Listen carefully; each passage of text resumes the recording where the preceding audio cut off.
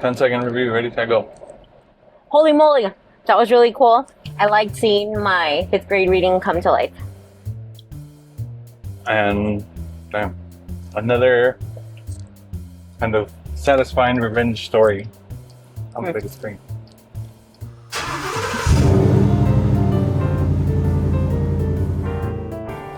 This is a ride review for the Odyssey. It just came out, so we can't do spoiler unless you've already read the book. No, I think this is already. We should know the story of the Odyssey. Yeah. What grade do they make you read it in? I think it was question. Like between 3rd and 5th. That's what I was thinking. I was going to say 5th, but I wasn't sure. I think I remember it in 5th. So what do you think? What are your initial thoughts? So knowing that it was shot in IMAX, I wanted it to be a little bit brighter. No. But I don't think that's... But we didn't see it in IMAX. Yeah. And we've heard that our IMAX theater does not show the 70 millimeter film, so even if we went to see it here, I don't know how big of a difference it would be. I think it's still in digital, which kind of sucks, but whatever. I don't know why I wanted it brighter, but I wanted to see things more crisp, I suppose. Yeah, and I don't know if it's that theater tends to, I feel like it usually darkens it all. It may have been the theater. So it honestly, that's not a fair thing to say, I guess. But what did I think? Oh. Really, really, I wanted to see it because I loved reading the Odyssey. Like, I loved all of the lore to it, and I'm also a big fan of like Greek mythology, and that's what it is. The cast was holy moly, what a cast. And they did not disappoint. It was so good. And sad. I almost cried. I didn't cry. I did take a tiny nap. How long? About 15 minutes. Maybe. But it's like a 3-hour movie. Yeah. I never already read it, so I didn't. I don't feel like I missed much. Only dozed it off in and out. Like, I don't think it was even like a whole minute at a time. It was just like I would catch myself. You napped during the preview, so you were good. That was smart. I did not do that. I feel like we already know the story of the Odyssey. I don't know if everybody knows the story of the Odyssey. Yeah, pretty much a guy's finding his way back home, and while he's away from home, they're pretty much kind of destroying his kingdom, essentially, both almost literally and figuratively. And yeah, he has to fight a bunch of stuff to get back, and that's kind of what I mean with the revenge story. That kind of part doesn't disappoint. And you know, I had seen a thing on Bill Maher how there is so much revenge in our culture. Like a lot of movies kind of have that, and I've been trying to pay more attention to it. Like just not I could just be more aware of it and not get so, at least personally, try not to be so vengeful. But there's something so satisfying about seeing it like happen or whatever. Mm-hmm. You know what I mean? And to me, it's kind of like from the, I don't know, my woman's perspective, it was such a beautiful love story. Mm-hmm. Like he was fighting to get back to her. And then once he does, and he doesn't even tell her that it's him, and she knows, like she already knows, and she's like, I know exactly what to do. Mm-hmm. And he's going to take care of it. And that's like the security that you feel with your man, or at least how I feel like with you. I'm like, oh, he's got it. Like, mm-hmm. All right, we're good. I understand the assignment. Like I get the assignment. They got the assignment, and like, once it's being played out, it's just like, oh yes. Yeah. Like it's almost in the theater, I felt like it was almost cheer worthy. Yes! But I didn't want I didn't want to be that person. So I stayed very quiet, but I was inside. I was like, yes. You're like Avengers assembling. Mm-hmm. Except it's just him. Yeah. It was so cool. All right. So we can do our you have questions one? for, yeah.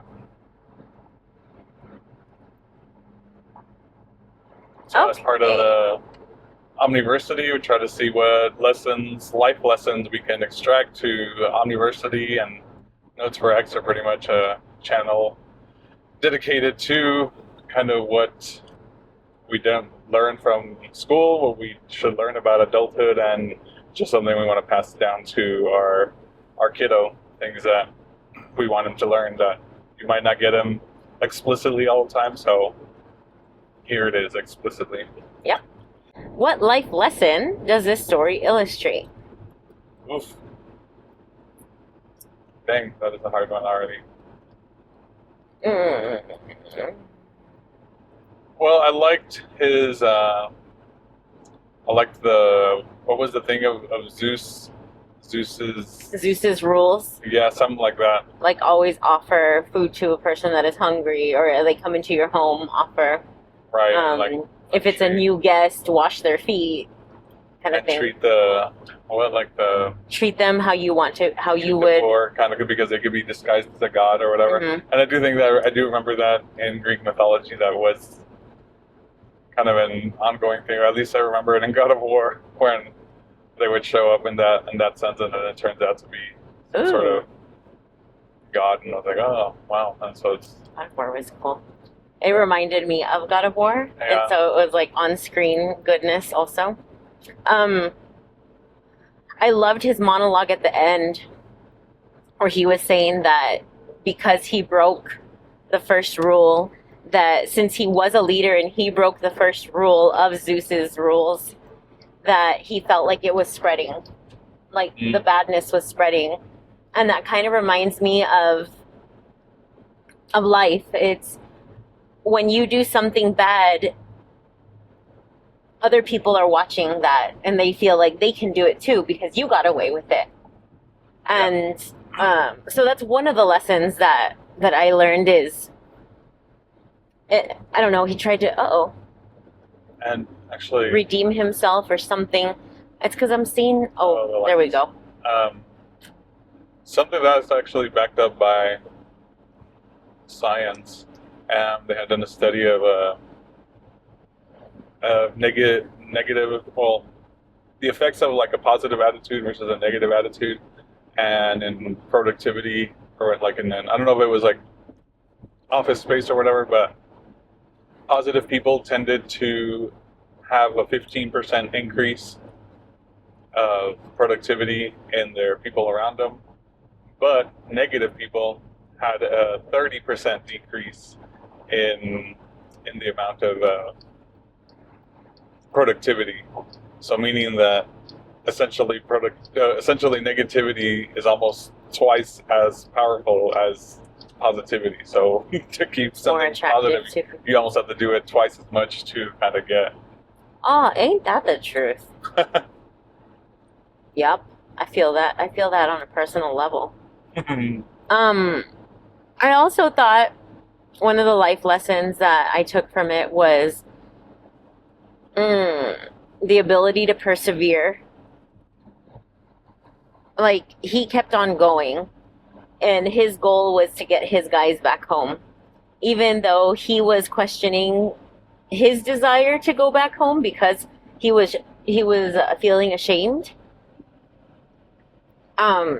His perseverance to keep his guys alive and well, it plays out. You just have to keep on going sometimes, even when it's difficult. Find that internal motivation and keep going. And he also, in one of his interactions with one of the gods, I thought it was really fascinating because she's like, why are you taking all the blame? Yeah. And then she says, why are you taking all the blame? He's like, because it's my fault. And she's like, who let it led you down this path kind of thing. And even though it was, I don't know, it was a different spirituality kind of thing. Like he found support in the gods. He found almost like a faith, but also right? like some skepticism along with it too. And then he's like, no, I don't accept this. And I felt like it was just so real. And I find it fascinating too because this was written hundreds of years ago, right. And they still had the same problems that we have.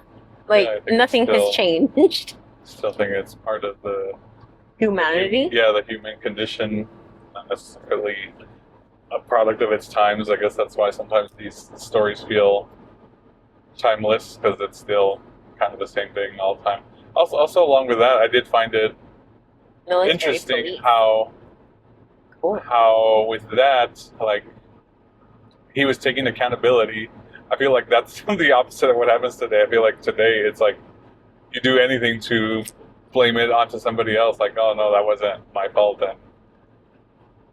And so I wonder, when does that shift happen in society, or what causes those shifts? You know what I mean?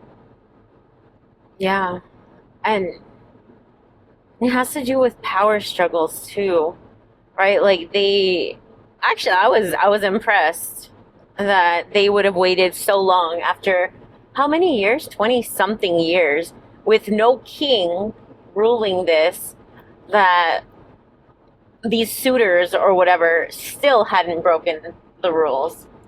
I don't know. I thought it was fascinating. What was the best/worst decision made? I don't know if you missed this one. It was with the Cyclops. And they're pretty much out of the cave, essentially already pretty safe. And then he gets instigated again. They shoot him again, almost like it almost seemed like for fun, or I don't know why do it again. And then that one, he got crazy and kind of started coming after them. But they could have left a little more peacefully and like, let's have a hurry. They're already out, but then it turned into chaos.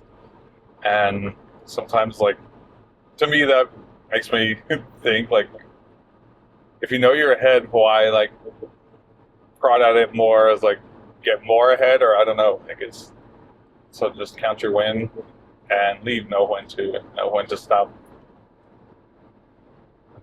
I was asleep for that, but when we were coming out of the theater, I heard some people talking about it. They're like, they had their chance, but pride or something. They were saying pride or something like that got the best of them. And it was a test of the gods, right? To see if they would take it. It was bait. Yeah. And I think that one of the best decisions and best advice that he received was from one of the dead guys. And he said, like, don't just go in there and be like, oh, it's me, I'm back again. Right? Because you know that there are going to be people that want your head. Like, they want you dead. And even after he completes the task, he should have been the one to win, right? Like, it should have been like, okay, you're the winner. But absolutely not. They weren't going to let him... You mean the last task or whatever? The very last task, yeah. Well, yeah, but I think at that point, because most of them started, like, running away, and I think they knew it's more like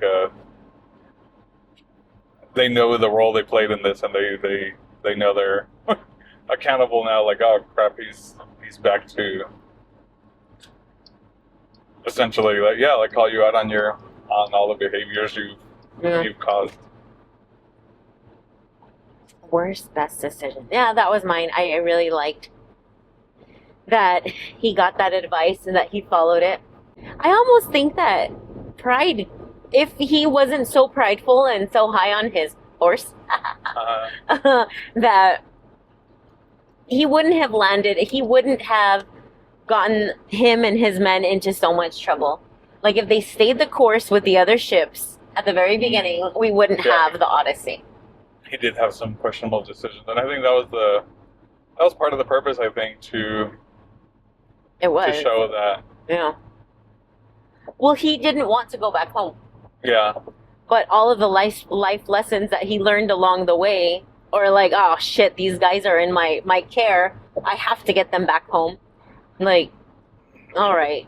Or maybe he thought when at the very beginning, like, what if everybody else gets home first and they tell everybody how well I did, then maybe it'll ease the pain. I don't know. Okay. What communication failure caused the biggest problem? I guess a little bit at first with his men, like he was kind of withholding information and I would kind of get him into trouble, and then they kind of knew, like, you knew about this and you didn't tell us. And they continued to call him out, and he's like, well, I needed you to believe it. I needed you to believe it.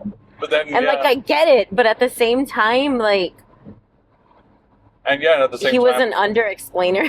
Yeah, and at the same time, he was right, because they wouldn't have done what he needed them to do if he had told them all of it. And then also, there comes a point where, okay, I'm going to tell you all of it. Then they still mess up, like they still, and so at that point, I would fall more under that category where I think I'd rather say it, you make your decision. Like, don't say I didn't tell you kind of deal. I laid it out for you, now it's your decision. I was trying to force your decision before, but not anymore. And you made your decision. Yeah. What relationship drove the story? Oh, definitely the Odysseus and the wife. Yeah. It's such like, to me, it's such a beautiful love story. Her trust in him, his faith in her too. Like, and even though he questions it a little bit, like, for real, she still stayed, like, with me? Like, is this true? And she stayed loyal to him completely. That was awesome. Where does this situation happen in real life? Well, I do think, like, in his position, like we were saying earlier, like, if you're in charge of people and you got to get them to do certain things, I think there are times when you're going to feel forced to lie to them to get some sort of goal accomplished. Morally, that's all on your own moral compass, whether you should or shouldn't. But I do definitely think that's a real situation that can happen. Also, vice versa, where you tell them everything and people are going to make their own decisions. That I find to be such a rough thing. So I'm an over-explainer, and I have found, so when I'm working with my patients and their families, I have found that it doesn't matter if you over-explain it, if you don't explain it at all. Like, I am coming to the conclusion that there are going to be some people that are receptive and others that don't need to hear anything. They just want to see a result. So it doesn't matter how you get them there. Mm-hmm. And so why waste my time, my energy, my words, my thoughts? Just follow my directions and you'll get to the place you need to be. Essentially, like, in marketing, people essentially just want the outcome. A lot of times they don't care how you get it. I just want the problem to be gone. But then they refuse to follow directions. Right. But that's exactly like Odysseus and his men. This is exactly what you have to do. Okay, we're going to do it for a little bit, but there's no follow through. So then you're going to die. Like, that's it. Mm-hmm. Like, dun dun. End of story for you. You didn't follow the directions. And that's what I liked about Odysseus, is that he was a rule follower. Like, for the most part. There are some things where he's like, nope, like, this is for real. Like, I'm gonna feel the wrath of the gods if I don't follow these rules. And sure enough, like, he would feel the wrath. And so after he tested it a few times, that's when he was like, I better follow the rules. I'm not gonna go and eat that cow, you know? And so he didn't, and then ta-da, he lived. Okay. If we had to teach our son one lesson from this, what would it be? I don't know, but I thought the son in this was a little too coddled also. I don't know how it works. Like, I think it needs a little more context as far as, like, kingdom and stuff, but it feels like they never let him do anything. And, like, I think at what point is he going to stop, or are people going to stop seeing him as the child? And I think if you raise them to always have that to be perceived as the child, then it's hard to shake it off. And I think and he was trying his best to get out from under, but from a mother's perspective, she was absolutely holding on to the last bit of that she had from Odysseus. Right. And she wanted to make sure that her son stayed alive, but because she wanted him to stay alive so much, she also didn't give him the opportunity to learn how to be a man. Right. And then so he was never ready to take the throne, even though he was the next one to take the throne. Good thing Daddy came back, and I'm sure he showed him how to do it. Yeah. Maybe. Is there a part 2? And so I guess to me would be that whatever I try to get him to do is for that purpose, so that you're not always seen as the child and you'll one day have to be the adult. You'll have more contributions to the world as an adult than you do as a... And she had a conversation with him about that, and she's like, you're just a child. Yeah. She's like, something about his chin hairs, like, she was just so condescending to him, like talking to a baby when he had his like moment of, oh, I'm gonna do this, and she's like, you're not gonna do anything. You don't know how, right? And I was like, oh my God, look what you just did, lady. But so to teach our son one lesson from this, what would it be? Yours is, yeah, I guess learn how to be an independent. Well, yeah, and I feel like that's what I feel like I'm teaching. I'm like, whatever things may seem like I'm doing it, I don't want to say too hard, because I don't think I'm necessarily hard on him, but I do think I give him way more responsibility, or try to see, like, I know what he's capable of, so I try to always make him say live up to that expectation either, but do what I know you can do. You're way more capable of many more things than what a child is perceived as. Okay. I think that they give this book to us to read when we are young without discussing it as much as they could. And I almost feel like this movie is very discussion heavy. Like I'm probably gonna talk Sal's ear off after this, because I think that it is very fascinating that even though Odysseus knew he wasn't an idiot, he was the best general that they had. He knew exactly what needed to be done to get from point A to point B. From the war, conquer it, and go home. He knew exactly how to do it. But he had to learn everything for himself. And he had to remember and relearn who he was. And I think that that's one of the biggest struggles of life, period, is that you can know the answer, but you have to find acceptance in it. And once you accept those answers is when you can come to terms with yourself. Once you accept you is when you will find success, right? You'll find some kind of peace. I think, like you said too, is as much as it sucks, you have to learn through experience, and you have to. It's better if you experience it yourself, but sometimes you can even just learn it from other people's experience. Like, oh, maybe I shouldn't do that, or maybe I should do that, and then you start understanding why people do or don't do certain things. I had also seen this other thing or read about it, and the only way that your brain will actually grow is by encountering something that is difficult for you. So if a task is very easy to learn, your brain does not find struggle. And through struggle is the only way that you can persevere. And so even with Odysseus, he needed to actually find that struggle. like when he's listening to the siren song, nobody else, he didn't allow any of his men to listen to the siren song, but he wanted to listen to it because he needed that struggle, right? So this man's journey is so full of different lessons.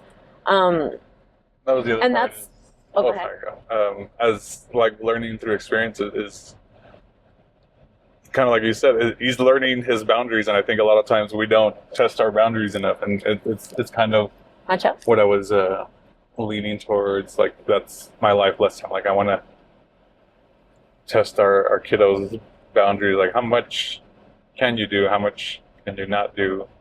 So on and so on. Even as a kid, like these are the habits you're practicing. It's not it's just going to be when you turn 18, like, oh, I'm suddenly an adult and now I have all these good habits and I just magically earned perseverance from turning 18, like, or 21 or whatever you consider an adult.